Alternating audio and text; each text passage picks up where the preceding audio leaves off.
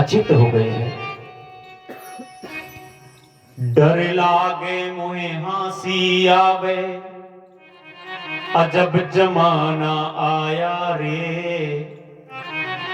धन दौलत और माल खजाना, गणिका नाचे नचाया रे। मुट्ठी अन्न साधु तो मांगे, दयेलाज ना आया रे। और डर लागे मुहे हंसी आवे, अजब जमाना आया रे। बोले महाराज ये जमाना क्या हो गया कि आज के समय में धार्मिक स्थान पर जब धर्मकार होते तो कोई सहयोग नहीं करता, लेकिन धन दौलत ले माल खजाना गणिका नाच नचाया। बोले महाराज गणिका को वैश्याओं को नचाते तो ऐसे रुपए जाते हैं, और अगर वही धर्म के लिए अगर कोई दरवाजे पर साधु आ जाए, मुट्ठी अन्न साधु तो मांगे, तो दये लाज ना आया रे। बोले महाराज अगर कोई साधु भिक्षा के लिए आ जाए तो एक मुट्ठी इतनी देंगे नहीं कहीं ज्यादा ना हो जाए। अरे ज्यादा चली जाएगी, कहीं ऐसा ना हो ये पैसा वाला हो जाए। लेकिन हम लोग देते ऐसे जैसे हम बहुत बड़े हैं। एक भक्त थे, जब वो किसी को दान देते थे तो उनके नेत्र नीचे हो जाते थे। महाराज तो किसी ने उनसे पूछा कि महाराज आप जो दान देते हैं तो आपके नेत्र झुक क्यों जाते हैं, आप क्या गलत काम करते हैं? बोले भैया गलत तो नहीं करते, लेकिन क्या बताऊं मैं तुम्हें, जब कोई मुझसे मांगता है तो मेरे नेत्र इसलिए नीचे हो जाते हैं क्योंकि वो व्यक्ति भ्रम में है। बोले कैसा भ्रम में है? तो भक्त कहते हैं कि देनहार कोई और है, भेजत है दिन रैन, लोग भरम हम पे करें, तासे नीचे नैन। बोले भैया देने वाला वो तो परमात्मा, लेकिन जो ले रहा वो समझता है कि इसको मैं दे रहा हूं, वो भ्रम में है। तो मैं इसी से लज्जित हो जाता हूं कि अरे बाबरे तू ये मत सोच कि मैं तुझे दे रहा हूं।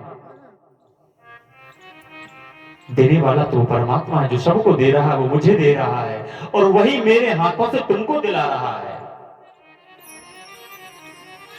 तो भैया अगर कोई मांगने भी आ रहा है, किसी ने कहा है कि गोविंद इतना दीजियो और जामे कुटुंब समाए, और मैं भी भूखा ना रहूं साधु न भूखा जाए।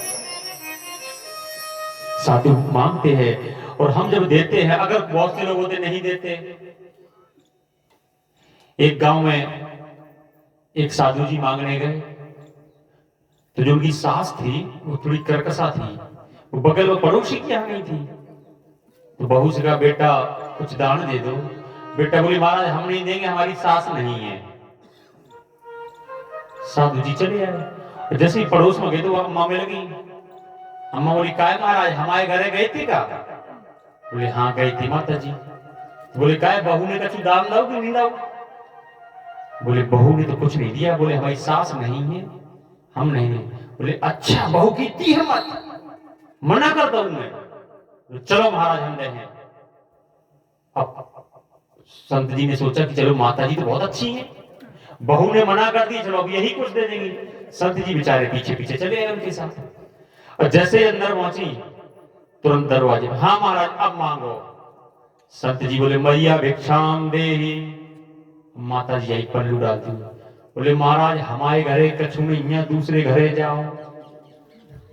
संत जी बोले माता जी तुमने यही खिलाने बुलाओ तुम? बोले और क्या? तो बोले ये बात आप वहां भी कह सकती थी, और फिर आपकी बहू ने भी तो यही शब्द कहे कि हमारे पास नहीं है। बोले बहू को होश रहा महाराज, घर के मालिक हम, तो हम मना करें, बहू कैसे मना करते हैं? तो कहते हैं कि अगर परमात्मा ने दिया है तो कोशिश यही करें कि हमारे घर से कोई भूखा ना जाए। कहने लगी, महाराज जानते हो मैं भक्ति हूं। उत्पन्ना द्रवणे संयम वृद्धम कर्नाटके गता। महाराज मैं द्रवण देश में उत्पन्न हुई हूं। द्रवण देश जानते हैं? भक्ति कहां पर उत्पन्न होती है? भक्ति हमेशा हृदय में उत्पन्न होती है। उत्पन्ने द्रवणे संयम, और बढ़ती कहां, इसका वृद्धि कहां होती है? तो वृद्धम कर्नाटके गता, वृद्धि कानों से होती है। जब तक हम परमात्मा की गुणानुवादक को सुनेंगे तो वो उनके जैसे सौंदर्य को सुना, माधुर्य छवि को सुना, तो हमारे हृदय में भक्ति जागृत हो जाती है।